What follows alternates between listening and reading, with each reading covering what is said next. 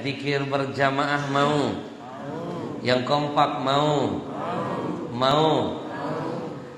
Habib Ahmad Al-Habsyi, sebenarnya saya itu mau zikir berjamaah, tapi saya bingung Habib. Soalnya di luar sana masih ada sekelompok orang mengatakan zikir berjamaah bid'ah. Bid'ah. Bid'ah tidak ada di zaman Nabi. Tangan.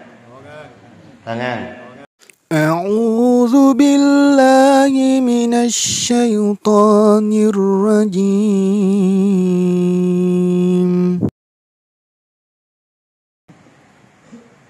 Bismillahirrahmanirrahim. Assalamualaikum warahmatullahi wabarakatuh. Waalaikumsalam warahmatullahi wabarakatuh. Alhamdulillahi wa kafa, wassalatu wassalam ala sayyidinal mustafa wa ala alihi wa ashabihi ahli sidqi wal wafa. Allahumma salli wa sallim wa barik wa karrim wa azzim ala sayyidina Muhammadin, ala sayyidina Muhammadin, ala sayyidina Muhammadin wa ala alihi wa ashabihi ajma'in, amma ba'du. Bapak Ibu, pasti ada yang bertanya-tanya, kenapa tadi saya meminta Bapak Ibu untuk mengulang salawat sebanyak 3 kali? Karena saya teringat dengan pesan Nabi. Bapak Ibu mau tahu siapa orang yang dipandang Nabi sebagai orang yang pelit, bakhil, medit, merigehese, buntut kasir, koret. Kalau bahasa Sumatera, kampung saya Palembang, cemekean. Kalau bahasa Inggrisnya masake. Bapak Ibu mau tahu siapa orang yang mesike? Dia adalah orang-orang, kata Nabi, yang ketika telinganya mendengar nama Nabi disebut, mulutnya diam, tidak membalas salawat kepada Nabi. Itulah hakikatnya orang yang pelit menurut Nabi. Mana dalilnya? Al-bakhilu alladzi man dzukirtu indahu falam yusalli alayya. Kata Nabi, orang yang bakhil itu adalah orang-orang yang ketika namaku didengar, mulutnya diam, tidak membalas salawat kepadaku. Padahal survei membuktikan Allah saja beserta seluruh para malaikatnya ila yaumil qiyamah, sampai hari kiamat, tidak ada kata berhenti untuk senantiasa bersolawat kepada Nabi.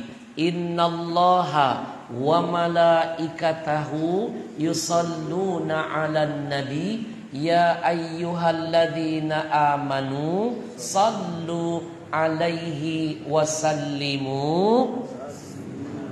Satu kali kita baca istighfar, hanya 1 dosa yang dihapuskan Allah.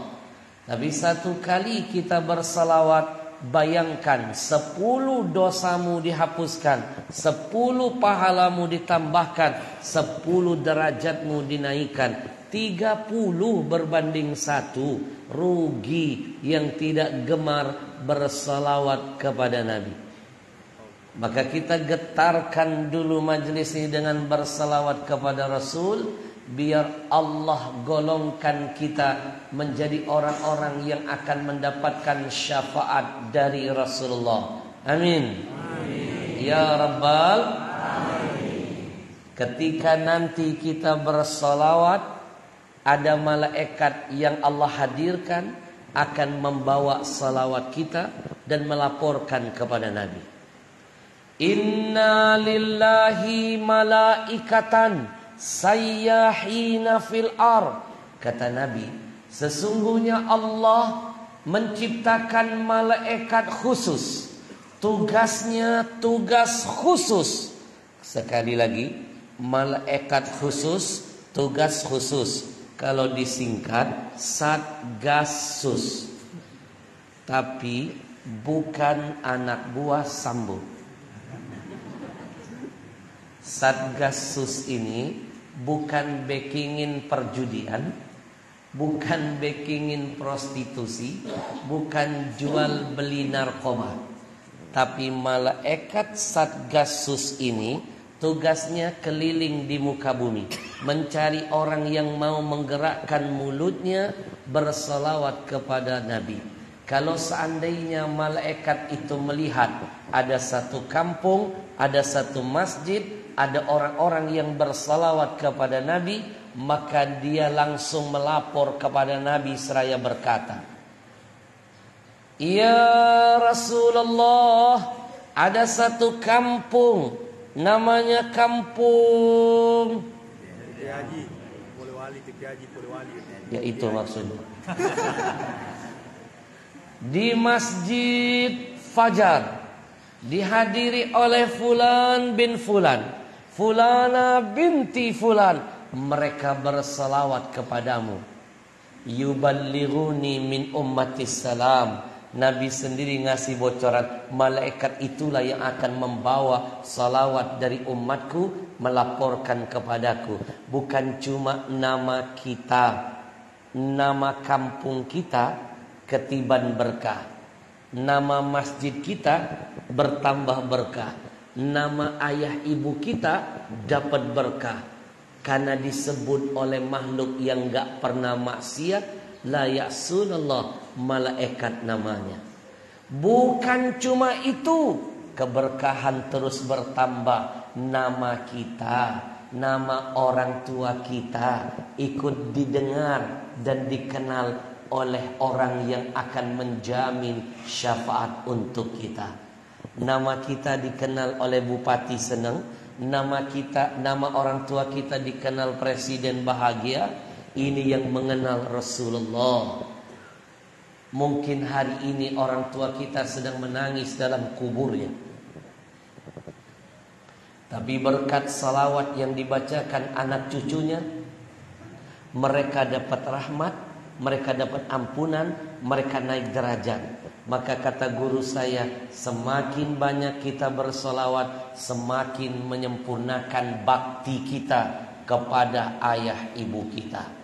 Kita getarkan masjid ini dengan bersalawat, biar Allah angkat derajat kita, Allah angkat derajat ayah ibu kita. Sallallahu ala Muhammad, sallallahu alaihi wasallam, sallallahu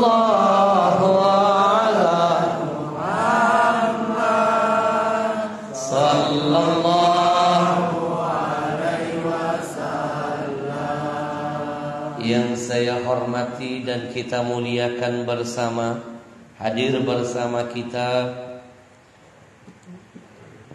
Bapak Mustafa SAG MUI Telu Limpoy.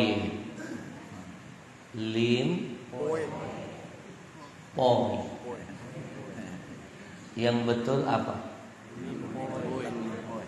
Tadi saya bilang apa? Yang ceramah siapa? Masalah kecil jangan dibesar-besarkan. Di negeri ini kita sudah terlalu capek. Yang kecil dibesar-besarin, yang besar kayak Sambo mau dikecil-kecilin. Beleng-beleng. Tengah. Kasus yang kecil mau dibesarin, Yang besar mau dikecil-kecilin, beleng-beleng. Bapak Mustafa SAG, Sarjana Alam Gaib, SAG. Hadir bersama kita Kades Titi Aji. Adakah hubungan tempat ini dengan Titi DJ? Ini Titi Aji. Di Jakarta ada namanya Titi DJ. Pulau Wali, Bapak Abdillah Yasin. Ketua Masjid Bapak Haji Amin. Semua yang terlibat memudahkan, mengizinkan, mengamankan, ikut memfasilitasi, dan termasuk kita para jamaah yang mensyiarkan, kita mohon kepada Allah, mudah-mudahan Allah catat setiap kedip mata, hembusan napas, tetesan keringat, langkah kaki kita semua hari ini dicatat nilainya jihad di hadapan Allah. Man dalla ala khairin falahu mislu ajri fa'ilihi. Kata Nabi, siapapun yang ikut andil dalam semua kebaikan, dia sama seperti pelaku kebaikan. Alhamdulillah. Bapak Ibu yang saya muliakan, izinkan saya juga mengucapkan ribuan terima kasih kepada yang menjadi sponsor, yang menjadi wasilah perjumpaan kita pagi ini. Siapa mereka? Anak-anak muda. Memang muda usianya, tapi mantap jihadnya. Mereka anak-anak muda yang sedang berjihad, ingin menyenangkan hatinya Rasulullah. Mereka berawal dari anak muda yang soleh dari Provinsi Riau, lalu merangkul anak-anak muda lainnya dari berbagai tempat di bumi Nusantara ini, lalu membentuk sebuah komunitas Riau Indonesia Mengaji. Mereka ini anak-anak muda yang siap menyenangkan hati Rasulullah. Di saat hari ini kita kecewa lihat anak-anak muda kita. Apa kerjaan anak muda milenial sekarang? Tawuran, narkoba, kebut-kebutan, game online, nongkrong, gak ada manfaatnya di pinggir jalan. Jangankan berguna bagi Allah dan Rasulnya, bagi ayah ibunya, bahkan dirinya tidak ada gunanya. Jangankan bermanfaat bagi agama Allah, bagi bangsanya tidak ada manfaatnya. Sekarang alhamdulillah ada anak-anak muda usianya, dahsyat jihadnya. Mereka siap jadi sponsor acara dakwah. Bapak Ibu bisa bayangkan, dari Jakarta ke Makassar, tiket pesawat saya yang bayar mereka. DKM Masjid tidak dibebankan sedikit pun. Sekarang harga tiket mahal. Kemana-mana saya keliling Indonesia, tidak pernah saya pergi sendiri. Saya bawa gerbong, asisten. Kemana-mana saya keliling Indonesia, saya bawa asisten. Asisten saya pun yang bayar mereka. DKM Masjid dan jamaahnya nggak dibebankan sedikit pun. Alhamdulillah. Jangan main-main loh, asisten saya yang langsing ini. Ini kalau naik pesawat biayanya dihitung 2 kursi ambo. Kadang-kadang saya suka kesian kalau naik pesawat transit, pesawatnya kecil, kursinya sempit, asisten saya sering terhimpit. Tapi untung ada pramugari yang berbaik hati. Dari jauh pramugari melihat asisten Ustadz Al-Habsyi terhimpit, susah duduk di kursi, pramugarinya mendekat menawarkan solusi. Apa kata pramugari? Abang, Kalau seandainya abang susah duduk di kursi ini, bolehkah kami tawarkan solusi buat abang? Abang kami bagasikan saja.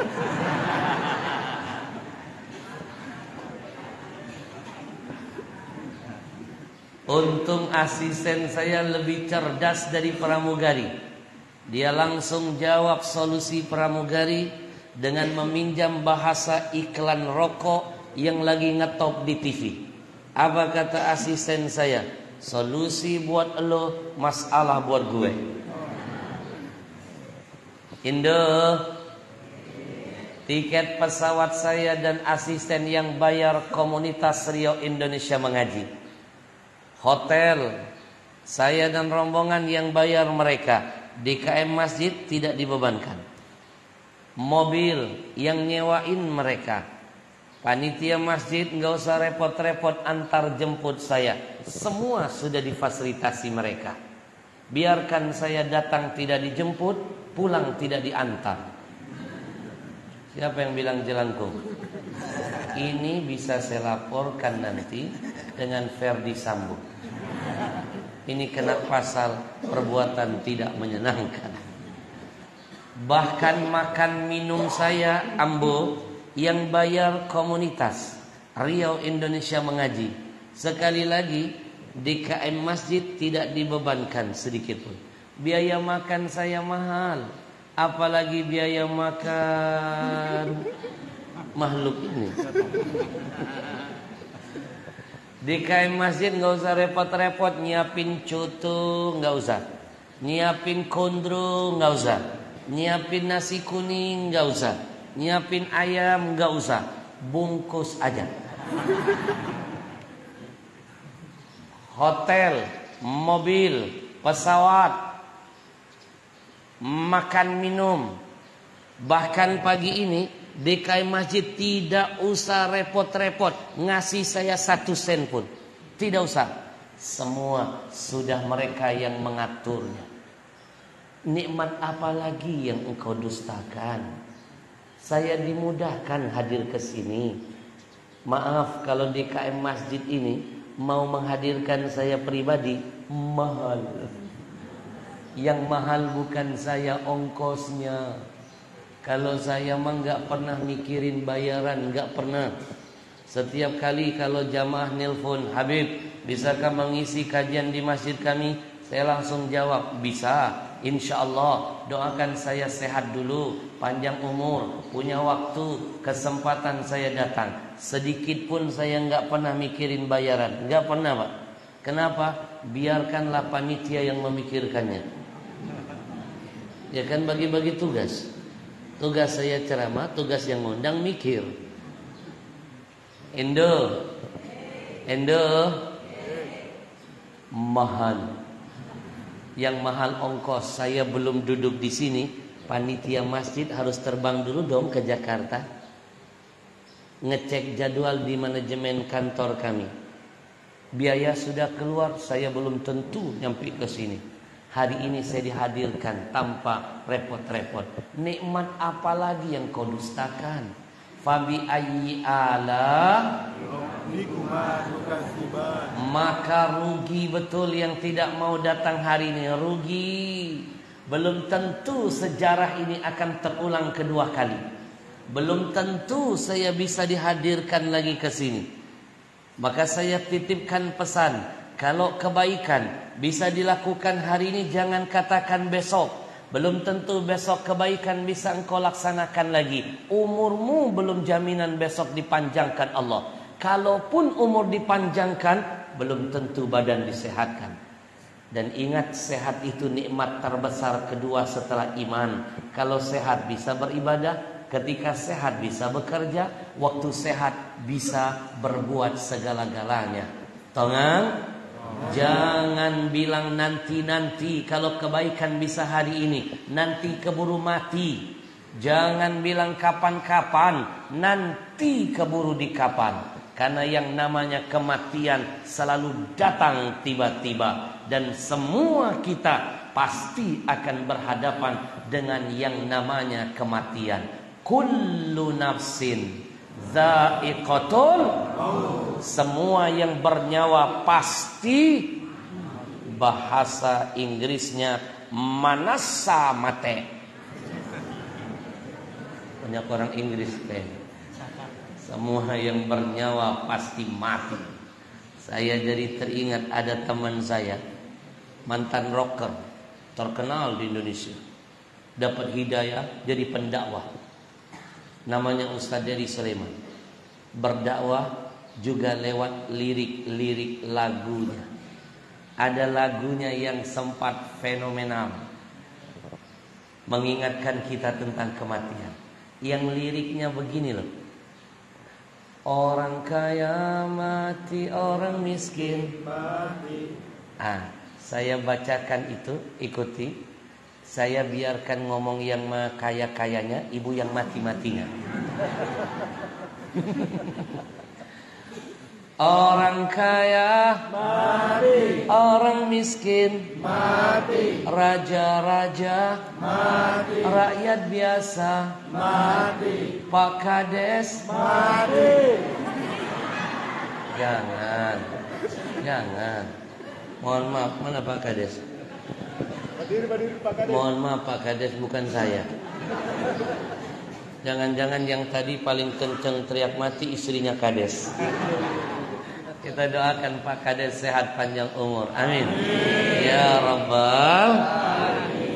Maka Bapak Ibu yang saya muliakan, doakan komunitas ini biar terus istiqamah dalam perjuangannya. Bulan ini mereka hadirkan saya safari dakwah di Sulawesi Selatan. Pagi ini titik tausiah saya yang ke-46.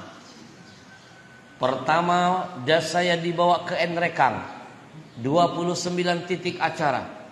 Saya dibawa mereka keliling, mulai masuk kampung, keluar kampung, saya merasa jadi orang kampung. Masuk kota, keluar kota, saya merasa jadi orang kota. Masuk desa, keluar desa, saya merasa jadi orang desa. Bahkan kemarin pernah saya dibawa oleh mereka masuk hutan, keluar hutan. Saya merasa. Siapa yang bilang orang hutan? Saya laporkan dengan Ferdi Sambo. Ini kena pasal berlapis ini bisa. Doakan anak muda ini istiqomah. Hari ini mereka hadirkan saya. Mudah-mudahan di lain kesempatan mereka hadirkan ulama-ulama hebat lainnya dari Jakarta, berbagi ilmu untuk kita semuanya. Maka jangan biarkan kebaikan mereka terhenti. Kita amalkan pesan ulama. Kalau kita nggak bisa jadi orang baik, paling tidak ayo membantu kebaikan yang dilakukan orang-orang baik tersebar. Kalau kita nggak bisa jadi seperti mereka, paling tidak nanam saham akhirat bersama gerakan mereka. Saya mulai dari diri saya. Saya ajak Bapak Ibu semuanya, siapkanlah infak terbaik, senangkan hati Rasulullah, pasang niat. Mudah-mudahan anak cucu kita kelak ada yang jadi pejuang-pejuang agama Allah. Pasang niat, insya Allah anak cucu kita kelak ada yang jadi penghafal Quran, yang akan jadi syafaat buat kita dan semua keluarga-keluarga kita. Saya mulai dari diri saya dan saya ajak Bapak Ibu semuanya. Siapkan infak terbaik pagi ini. Bismillahirrahmanirrahim. Kita iringi dengan salawat biar makin berkah. Sallallahu ala Muhammad.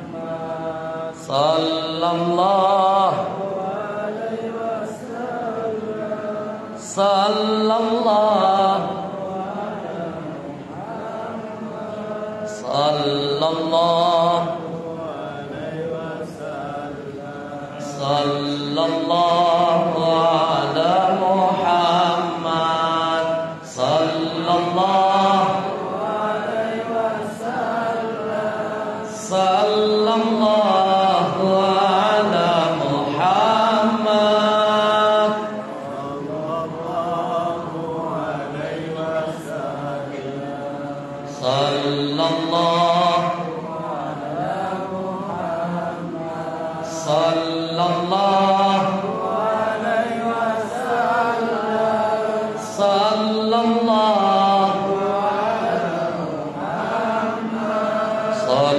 Rasulullah.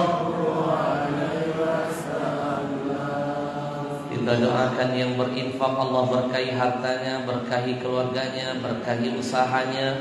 Allah kabulkan niat hajatnya. Amin ya rabbal alamin. Singkat, padat, episode kedua.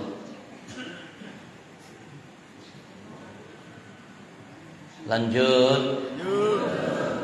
Jangan heran kalau ada penceramah baru mulai ceramah suka lihat jam tangannya. Itu hanya teknik saja. Sebenarnya dia lagi mikir abis ini mau ngomong apa. Indo. Kemarin saya di Enrekang diajarin Habib, kalau ketemu ibu-ibu manggilnya Indo. Saya tanya kalau bapak-bapaknya di Enrekang apa? Mbe. Mbe atau ambe? Di sini ambo. Masih enak. Di sana embe. Indo. Yang kompak dong. Indo. Ambo. Saya tanya Ambo, Indo, kepengen gak keluar dari majelis kita hari ini semua kita dicatat Allah lewat lisan Nabi kita Muhammad, kita dipastikan mendapat pahala haji dan umroh yang sempurna, nggak tanggung-tanggung Pak. Haji plus pahala umroh tammatan, disebut Nabi sempurna. Atau dengan kata lain hajinya mabrur, umrohnya makbulah. Saya tanya, mau nggak dapat bonus yang dahsyat ini? Mau? Ada syaratnya. Apa syaratnya? Satu, sudah kita tunaikan sama-sama. Tinggal kita selesaikan yang lainnya. Apa kata Nabi? Man sallal fajar fi jama'atin. Barang siapa yang sholat subuh berjamaah. Tadi kita sudah tunaikan. Alhamdulillah. Jadi kalau kepengen dapat pahala haji dan umroh sempurna, bahkan tiap hari dapat pahala haji dan umroh. Mohon maaf loh, nggak semua orang yang pergi ke Mekah menunaikan umroh keluar biaya puluhan juta. Tidak semuanya orang yang pergi haji ke Saudi Arabia keluar biaya ratusan juta, pulang hajinya mabrur, umrohnya makbulah. Tidak jaminan. Tapi hari ini kita dijamin Nabi, hajinya mabrur, umrohnya makbulah. Tiap hari kita bisa dapatkan. Syaratnya sholat subuh berjamaah. Setelah sholat duduk sebentar di masjid. Yang kedua, yadhkurullah, berzikir kepada Allah sampai terbit matahari. Setelah zikir jangan lupa thumma shalla rak'atain, laksanakan salat 2 rakaat. Kanat lahu ka ajri hajin, bagi mereka yang melakukan ini, salat subuh berjamaah, bertahan sejenak di masjid, berzikir. Lalu setelah itu dia salat 2 rakaat, maka baginya haji dan umroh yang diterima. Alhamdulillah. Salat subuh sudah kita laksanakan, bertahan sudah, kita sempurnakan dengan zikir dulu. Siap? Kalau saya ajak zikir berjamaah mau? Yang kompak mau? Habib Ahmad Al-Habsyi, sebenarnya saya itu mau zikir berjamaah, tapi saya bingung Habib. Soalnya di luar sana masih ada sekelompok orang mengatakan zikir berjamaah bid'ah. Bid'ah tidak ada di zaman Nabi. Tangan. Mohon maaf kalau di depan saya ini ada yang berpaham seperti itu. Wahabi, Salafi, saya hargai dalil Anda. Silakan Anda pegang dalil Anda, tidak usah ikut zikir berjamaah dengan saya. Tapi jangan jadi penghalang bagi saya untuk terus mengajak jamaah zikir berjamaah. Saya hargai Anda, hargai juga yang lainnya. Itu namanya orang yang dewasa dalam menuntut ilmu. Jangan memaksakan dalil sendiri tapi enggak menghargai dalil orang. Tenang. Bid'ah. Tidak ada di zaman Nabi zikir berjamaah. Apakah betul zikir berjamaah itu tidak ada di zaman Nabi? Saya hadirkan fakta yang pertama. Zikir berjamaah sudah ada sejak zaman Nabi. Dalil pertama, Nabi pernah jadi imam. Para sahabat sholat di belakang Nabi jadi makmum.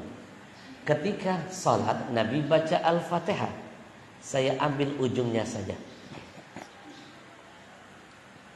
Siratal ladzina an'amta 'alaihim ghairil maghdubi 'alaihim waladdallin.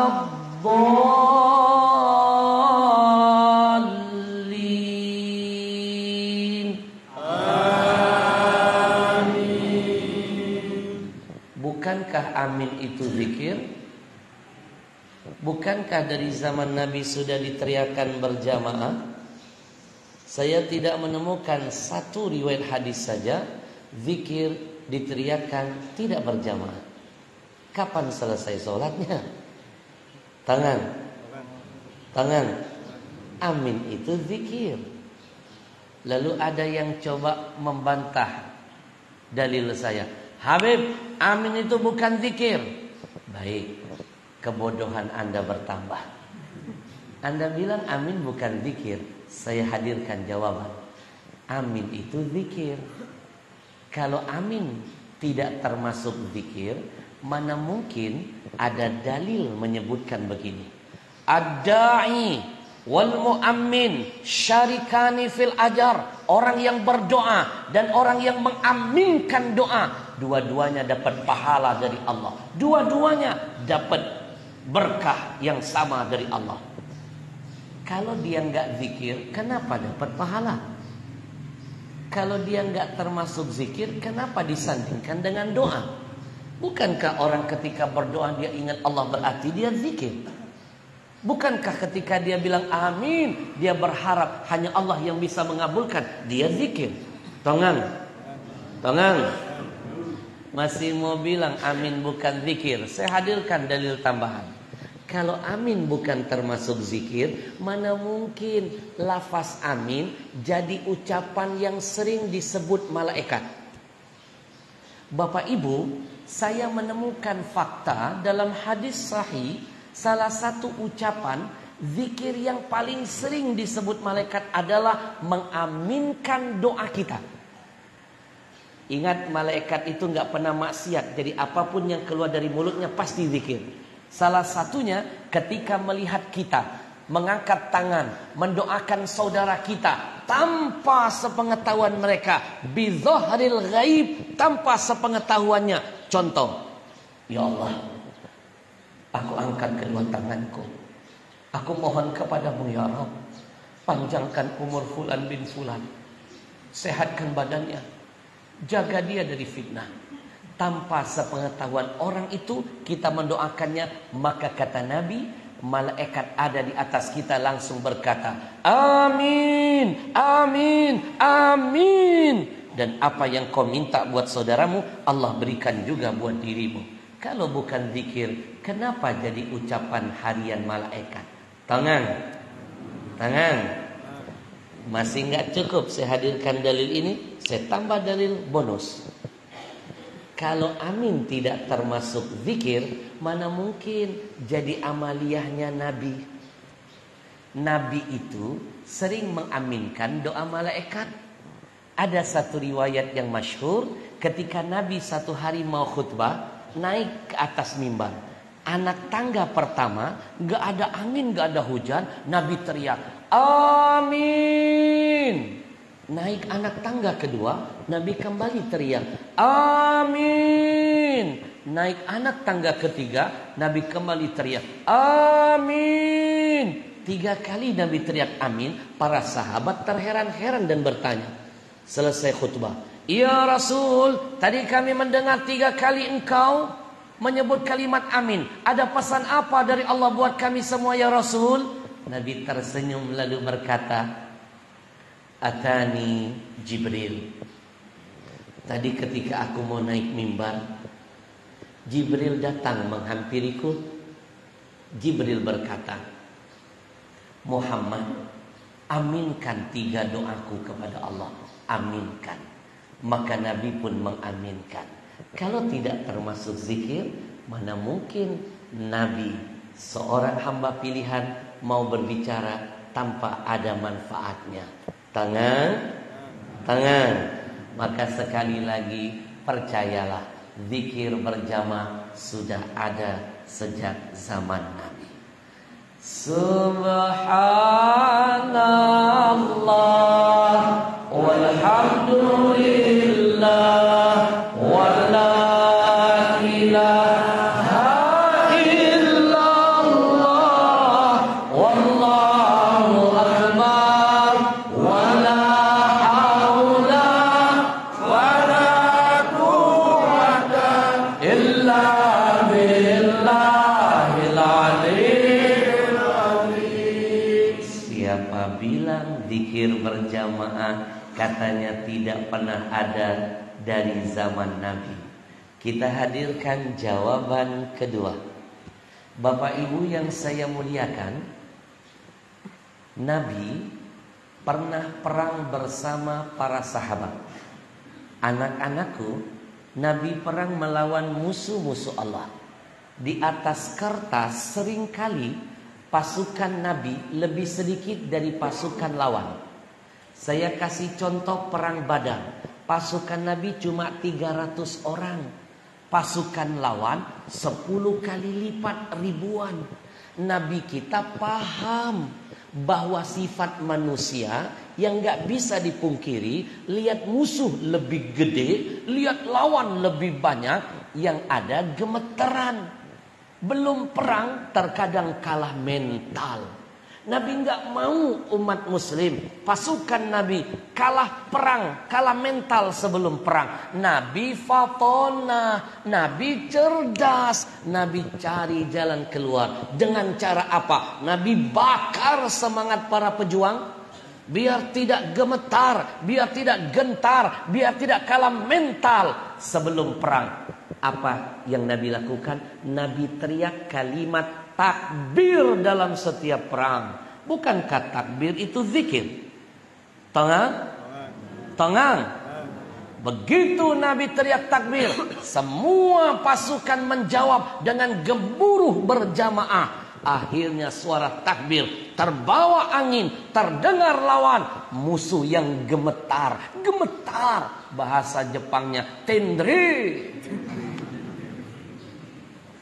Mereka yang malah kalah mental menganggap pasukan Nabi seakan-akan lebih banyak dari pasukan mereka.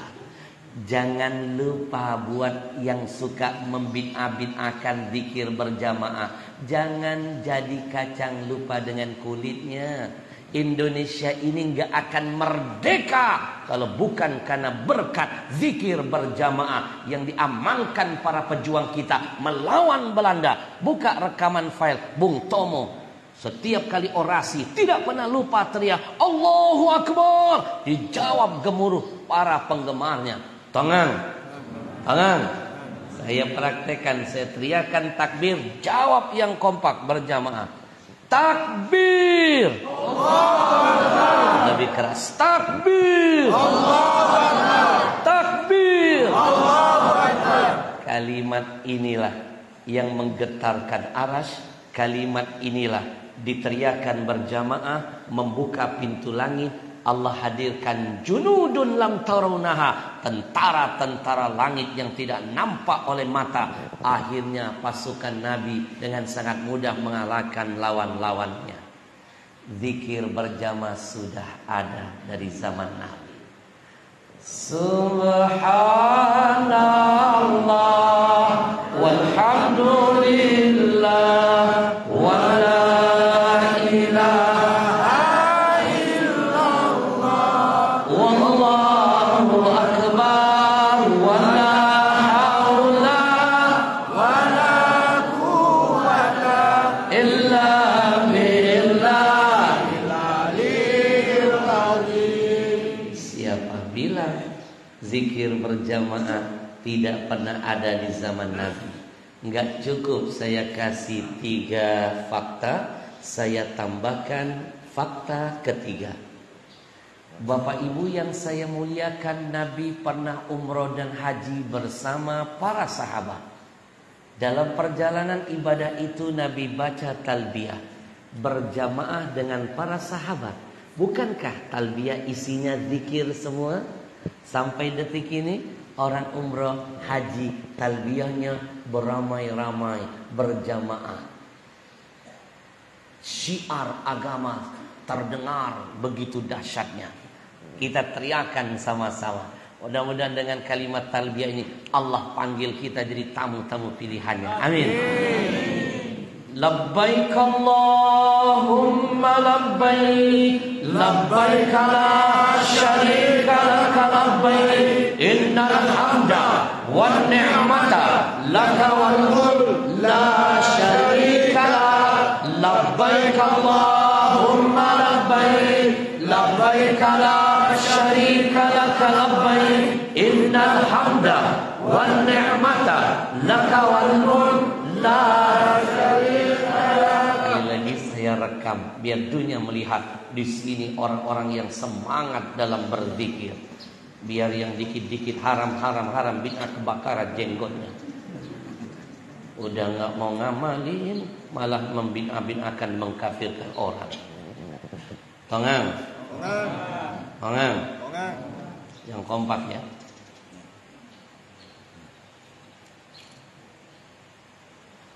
Labbaik Allahumma labbaik, labbaik la syarika laka labbaik, innal hamda wan ni'mata laka wal mulk la syarika lak. Labbaik Allahumma labbaik, labbaik la syarika laka labbaik, innal hamda wan ni'mata laka wal mulk la syarika lak.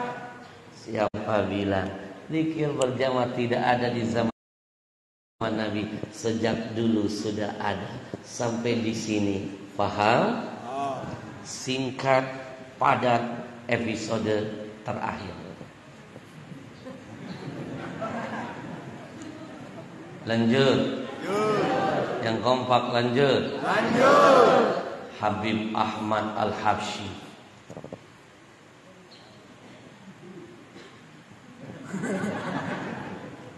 Memang susah kadang-kadang Habib ngadepin orang yang pintar tapi nggak benar. Lebih enak ngadepin orang benar meskipun nggak pintar. Makanya kalau punya anak jangan sibuk bikin pintar doang, tapi nggak dijadiin benar. Kalau orang itu cuma sibuk pintar, mau S1, S2, S3, pintar gelarnya, doktor, profesor, tapi kalau nggak benar, nggak ada manfaat. Ujung-ujungnya dia nggak akan mau menerima kebenaran dari mulut siapapun, merasa cuma dia yang pintar, merasa cuma dalil dia doang yang benar, padahal dalil orang lebih kuat dari dalil dia. Itulah akhirnya dikit-dikit bid'ah, mengkafirkan orang dengan mudah. Tengah?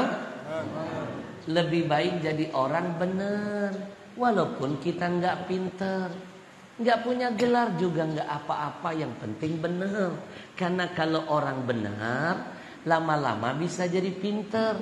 Telinganya, hatinya akan menerima kebenaran dari mulut siapapun, akan menghargai dalil siapapun. Lama-lama dia bisa jadi pintar. Saya punya guru, nggak ada gelar S1, S2, S3, profesor. Tapi guru saya pernah bikin kelengar profesor dari Arab. Hafal bukunya, halamannya, jilidnya, pengarangnya.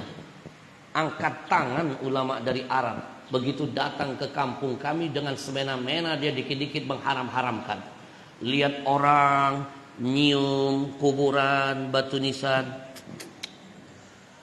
Yang kita cium kuburan guru kita sendiri, yang kebakaran jenggot mereka. Yang kita cium nisan kuburan orang tua kita sendiri, yang marah-marah mereka. Haram, bid'ah. Tidak ada sahabat Nabi pernah menyium batu nisan Nabi. Tidak ada bukunya, tidak ada dalilnya. Haram. Bapak Ibu, saya pernah dengar itu. Ini yang ngomong doktor S3 dari luar negeri. Dia bilang gak ada kitabnya. Dia bilang gak ada seorang sahabat yang pernah mencium batu nisan Nabi. Saya hadirkan kitabnya. Di rumah saya ada kitabnya.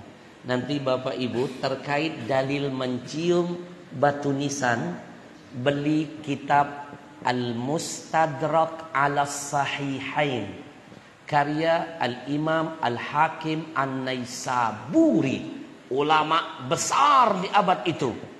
Nggak ada apa-apanya dengan yang baru membid'ah-bid'ahkan sekarang ini. Beli jilid kelima, buka halaman 418. Ada saya temukan seorang sahabat Nabi yang pernah menempelkan wajahnya mencium-cium batu nisan Nabi. Namanya Ayub Al-Ansari, ulama ternama, sahabat Nabi yang ternama. Ayub Al-Ansari yang makamnya di Istanbul, Turki. Tahu Turki? Sidrap belok kanan. Susah ngasih tahu mama. Ayub Al-Ansari mencium-cium batu nisan Nabi. Lalu datanglah sahabat yang lain namanya Marwan. Dia nggak tahu kalau yang nyium ini adalah Ayub Al-Ansari. Dia cuma lihat dari belakang. Dia tarik lehernya. Apa yang kamu lakukan ini? Tiba-tiba Ayub memalingkan wajahnya. Abu Marwan gemetar. Ayub. Ternyata Ayub. Dijawab oleh Ayub. Jitu li Rasulillah wala atil hajar. Aku datang ke sini karena Rasulullah, bukan karena batunya. Ku cium batu ini karena batu ini menyambung dengan jasad mulia di dalamnya. Ada dalilnya. Ada sahabat yang melakukan. Kalau Anda enggak mau melakukan, jangan menyalahkan orang. Apalagi sok-sok tahu enggak ada kitabnya, enggak ada sahabatnya. Nanti Anda malu sendiri dengan dalil-dalilnya. Tangan, tangan. Sallallahu alaihi wasallam. Sallallahu alaihi wasallam. Sallallahu ala Muhammad. Sallallahu alaihi wasallam. Satu hari saya tabligh akbar di satu tempat. Saya disiapkan kursi seperti ini. Di bawah saya ada yang ngaji. Selesai dia ngaji, saya lihat Qur'annya di bawah. Bagian dari akhlak yang diajarkan guru kami, saya enggak mau Qur'annya sejajar dengan kaki. Saya ambillah Qur'annya. Saya taruhkan di atas meja, maksud hati. Tapi sebelum saya taruhkan di meja, sebagai penghormatan, dari kecil saya diajarkan akhlak ini. Saya cium dulu. Bapak Ibu pasti juga kan kalau lihat Quran biasanya suka nyium dulu kan, bentuk memuliakan, takriman wa ta'ziman. Saya cium. Yang saya cium Quran. Saya enggak nyium mereka yang membid'ah-bid'ahkan. Untuk mencium Quran, bibir saya sendiri. Saya enggak pinjam bibir dia. Tiba-tiba ada jamaah di depan, seolah-olah sudah paling alim. Inilah kadang-kadang anak muda sekarang baru ngaji dengan satu ustadz, baru berapa bulan hijrah, sudah mau menyalahkan ulama-ulama senior lainnya. Kami berpuluh-puluh tahun belajar kitab, Pak. Bukan dari satu ulama. Guru saya dari Mesir, dari Yaman, dari Kuwait, dari Mekah, dari Madinah. Enggak satu guru. Lama prosesnya saya bisa begini, puluhan tahun. Ini ada anak muda baru ngaji satu guru, baru hijrah, semangat-semangat, udah nggak punya adab. Cuma pengen pintar, nggak jadi anak bener. Saya disalah-salahkan depan jamaah. Habib bin A tidak boleh nyium Quran, tidak ada tuntunannya, tidak ada satu ulamanya pun, tidak ada satu kitabnya. Masya Allah. Saya bilang, kesini sayang, semangatmu bagus, tapi caramu nggak benar. Gurumu gagal mendidikmu. Kalau saya jadi gurumu, saya nggak mau murid saya pintar. Yang saya mau benar dulu. Ilmu nomor 2, adab nomor 1. Apa bedanya kamu dengan iblis? Iblis itu kurang pintar apa? Cuma nggak benar. Gara-gara nggak benar, perintah Allah dia larang, dia langgar. Orang kalau cuma pintar nggak benar, jangankan omongan orang, omongan Tuhannya dia langgar. Makanya iblis diusir Allah dari surga gara-gara nggak benar. Tenang. Iblis sudah berada di surga, dikeluarkan Allah gara-gara nggak benar, nggak punya adab. Dilaknat sampai kiamat, dipastikan tempat kembalinya neraka. Apalagi ente yang belum masuk surga udah nggak benar. Anak-anak dengerin omongan saya, ilmunya ilmu adab.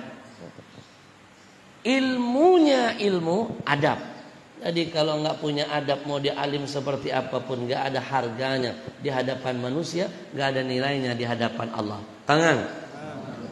Saya bilang, siapa yang ngajarin kamu? Nggak ada kitabnya, nggak ada ulamanya yang membolehkan. Guru saya itu doktor dari Madinah. Berarti gurumu salah, atau jangan-jangan gurumu menutupi kebenaran. Ada kitabnya sayang. Kalau kamu nggak punya, saya ada di rumah. Nanti saya belikan. Titip buat gurumu, suruh baca. Nanti terkait dalil mencium Quran, itu beli kitab, judulnya Wafaul Wafa bi Akhbari Daril Mustafa, karya As-Samhudi, salah satu ulama terkenal Ahlus Sunnah wal Jamaah bermadhab Syafi'i. Jilid keempat, halaman 242. Di sana disebutkan ulama-ulama terkenal di Mekah dahulunya, sebelum ulama yang suka membid'ah-bid'ahkan ini, mereka sudah mencatat dalam kitabnya jawazu takbilul mushaf, dibolehkan mencium mushaf seperti mencium kubur orang-orang soleh, seperti dikiaskan sahabat mencium mimbarnya Rasulullah dan mencium Hajar Aswad. Selama kita yakini barang itu, benda itu memiliki hubungan yang erat, melekat, menempel, dipakai orang-orang soleh, maka dibolehkan. Apalagi Al-Quran, sesuatu yang mulia, sebagai bentuk penghormatan. Sampai di sini paham? Nanti kapan-kapan saya datang ke sini khusus, kita kupas masalah-masalah yang begini. Sallallahu ala Muhammad sallallahu alaihi wasallam. Sallallahu ala Muhammad sallallahu alaihi wasallam. Kita ziarah ke makam keluarga. Yang kita ziarahi kuburan keluarga kita sendiri. Kita bawa air, kita siram kuburannya. Yang kita siram kuburan keluarga kita, bukan kuburan dia. Yang kita pakai tangan kita sendiri, yang kepanasan dia. Saya dapat kiriman dari murid saya. Buka YouTube, ada loh. Seorang doktor S3 dari Madinah, teman saya ini sebenarnya. Dia videonya dari murid saya dengan jelas dan bangga, ada sombongnya dia bilang tidak ada kitab satupun, saya sudah kaji semua kitab, tidak ada ulama yang membolehkan menyiram kuburan, bid'ah, tidak ada kitabnya, tidak ada kitabnya satupun. Tidak ada kitab atau kamu nggak punya kitab? Kalau nggak ada, saya belikan. Saya punya pustakaan di rumah. Terkait dalil menyiram kuburan, silakan Bapak Ibu beli kitab. Judulnya Nihayatuz Zain. Karya siapa? Al-Imam An-Nawawi Al-Bantani. Ulama besar, guru besar Masjidil Haram, berdarakan Nusantara Indonesia. Sebelum ada mazhab Wahabi Salafi, sebelum berdirinya kerajaan Saudi, mereka sudah jadi ulama di sana. Jangan lupa banyak ulama Indonesia yang ngetop di sana. Gurunya para ulama-ulama sekarang, seperti Abdus Samad Al-Falembani, Al-Minangkabawi, betul? An-Nawawi Al-Bantani, ulama hebat.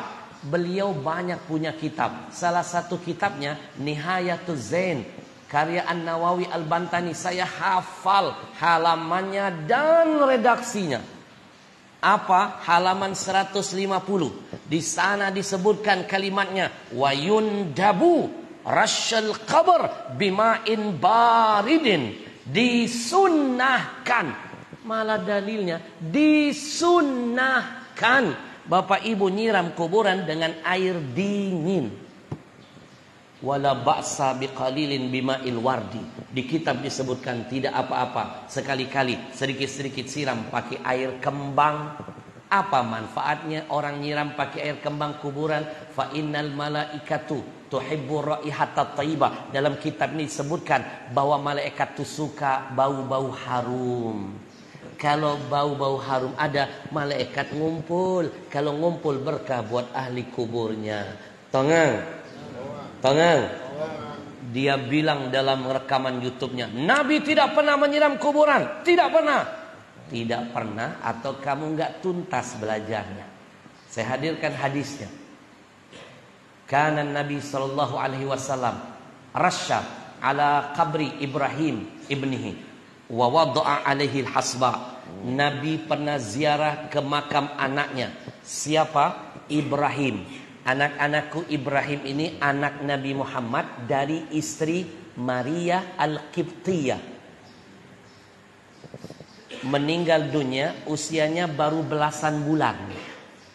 Dimakamkan wadufina bil Baqi, dimakamkan di pemakaman Baqi Madinah. Nabi ziarah ke makam anaknya ini Ibrahim. Nabi bawa air, Nabi siram kuburannya Ibrahim. Ini dalil. Dan bukan cuma nyiram kuburan loh. Wa wada'a alaihil hasba. Nabi ngumpulin batu-batu kerikil, ngasih kode, ngasih tanda. Ini loh kubur anakku. Itulah kiasnya kuburan kasih tanda batu nisan. Jadi kalau Anda nggak mau nyiram kuburan, jangan menyala-nyalakan orang yang menyiram. Mereka punya dalil, mereka punya bukunya, mereka berlandaskan ulama-ulama sebelumnya. Belajarlah untuk saling menghargai. Jangan gara-gara yang begini akhirnya kita jadi pecah. Tengah? Yang satu sholat sunnah, yang satu enggak kunut, berantem pernah. Hanya benar, betul? Jadi kalau ada ulama mau dia sekali berapapun masih mau bahas kunut, itu berarti menunjukkan kebodohannya. Orang sudah bahas planet, dia masih kunut. Yang enggak kunut betul, yang mau kunut betul. 4 madhab. Imam Hanafi enggak pakai kunut. Muridnya Imam Maliki pakai kunut. Muridnya Imam Maliki, Syafi'i pakai kunut. Mayoritas ulama terbanyak sedunia madhabnya Syafi'i. Indonesia Syafi'i pakai kunut. Muridnya Imam Syafi'i, Imam Hambali nggak pakai kunut. 4 mazhab ini nggak pernah saling membina-binakan, nggak pernah saling berantem. Kita bukan imam mazhab saling membina-binakan dan merasa paling benar. Beleng-beleng. Imam Malik sholat di wilayah gurunya Imam Hanafi. Tahu posisi di sana orang diajarkan gurunya nggak pakai kunut. Imam Malik tahu diri nggak? Imam Hambali sholat gurunya pakai kunut. Wilayah Indonesia, satu masjid berantem, yang satu mau pakai kunut, yang satu nggak mau kunut, berantem. Saya diminta mendamaikan, saya panggil dua-duanya, duduk, yang pakai kunut, dalilnya ada, yang nggak pakai kunut ada. Sudah paham? Jangan berantem. Saya pulang ke Jakarta. 1 bulan berikutnya saya tanya, gimana masjidnya? Masih berantem tentang kunut? Alhamdulillah Habib, sudah nggak berantem lagi. Alhamdulillah. Kenapa nggak berantem? Nggak sholat subuh sekarang. Lebih parah. Gara-gara yang sunnah, yang ini ngorbanin yang wajib kadang-kadang. Tangan. Sallallahu ala Muhammad. Sallallahu alaihi wasallam. Sallallahu ala Muhammad. Sallallahu. Lihat orang ziarah ke makam keluarganya, ngambil tanaman, nancepin di kubur keluarga sendiri. Dia yang kebakaran jenggot. Yang ditanam kuburan bukan kuburan dia, kuburan orang, keluarga dia sendiri. Yang kebakaran jenggot dia. Bid'ah, tidak ada di zaman Nabi. Nanam kuburan ditaruh pohon. Bid'ah, tidak ada kitabnya. La haula wala. Bapak Ibu, ada kitabnya.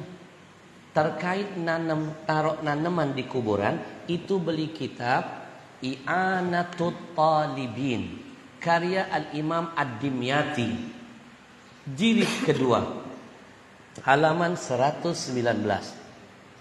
Di sana disebutkan satu riwayat. Nabi pernah melewati satu kawasan. Tiba-tiba Nabi berhenti, melihat ada 2 kuburan. Nabi mengambil pedangnya, Nabi memotong pelepah kurma.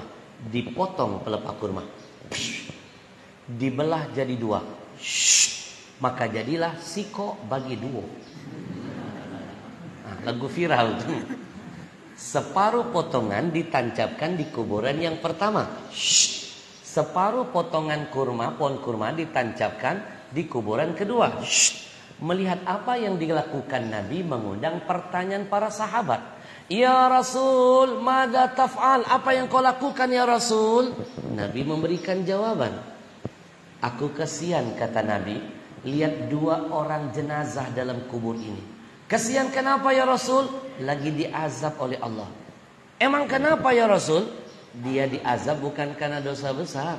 Dosanya apa ya Rasul? 1, suka namimah, ngadu domba. Yang satunya ya Rasul, urusan istinjaknya nggak sempurna. Makanya anak-anak jangan sembarangan suka pipis, nggak sempurna membersihkannya, nanti diazab dalam kubur. Anak sekarang ini heran saya, bukan cuma pipis sembarangan, main tembak-tembakan pakai pipis. Diazab nanti dalam kubur. Aku kasihan, kata Nabi, maka aku ambil pelepah kurma, aku tancapkan di atas makam berdua ini. Nabi jamin, la'allahu ayyukhaffifa anhuma malam yaibasa. Selama pelepah kurma ini masih basah. Kalau basah berarti hidup, kalau kering berarti mati. Selama dia masih basah, dia akan meringankan siksaan si mayit yang ada di dalamnya. Pakai otak.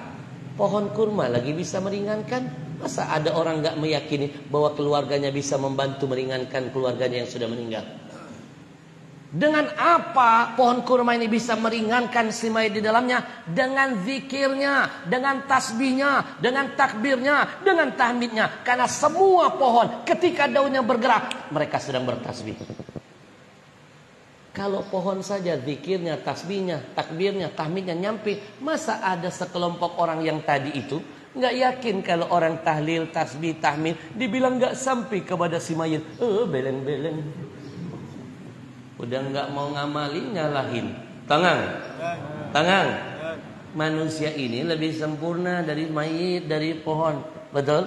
Kita lebih sampai. Betul. Jangan lupa Nabi yang menyuruh, Pak, kita ngasih hadiah buat mayit-mayit. Apa kata Nabi? Uhdu limautakum, sering-seringlah kalian mengirim hadiah untuk mayit-mayit kalian.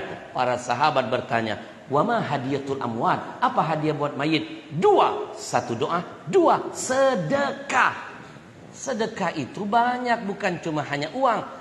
Likulli takbiratin sedekah, setiap takbir nilainya sedekah. Likulli tahmidatin sedekah, setiap tahmid sedekah. Setiap tahlil sedekah, setiap takbir sedekah. Betul? Digabunglah ini menjadi tahlil. Jadi semuanya intinya sedekah, nyampe kepada si mayit, itu jadi hadiah. Ulama zaman dulu pinter dan benar. Tenang. Bapak Ibu jangan lupa, keluarga kita yang meninggal dunia Nabi gambarkan kal gharikil mutaghawwis, bagaikan orang tenggelam mencari-cari pegangan. Apa pegangannya? Amal kebaikan. Mereka nggak bisa lagi menambah kebaikan mereka sendiri, tapi mereka masih bisa menerima tambahan kebaikan dari keluarga yang masih hidup yang mereka tinggalkan. Alhamdulillah. Sampai di sini faham.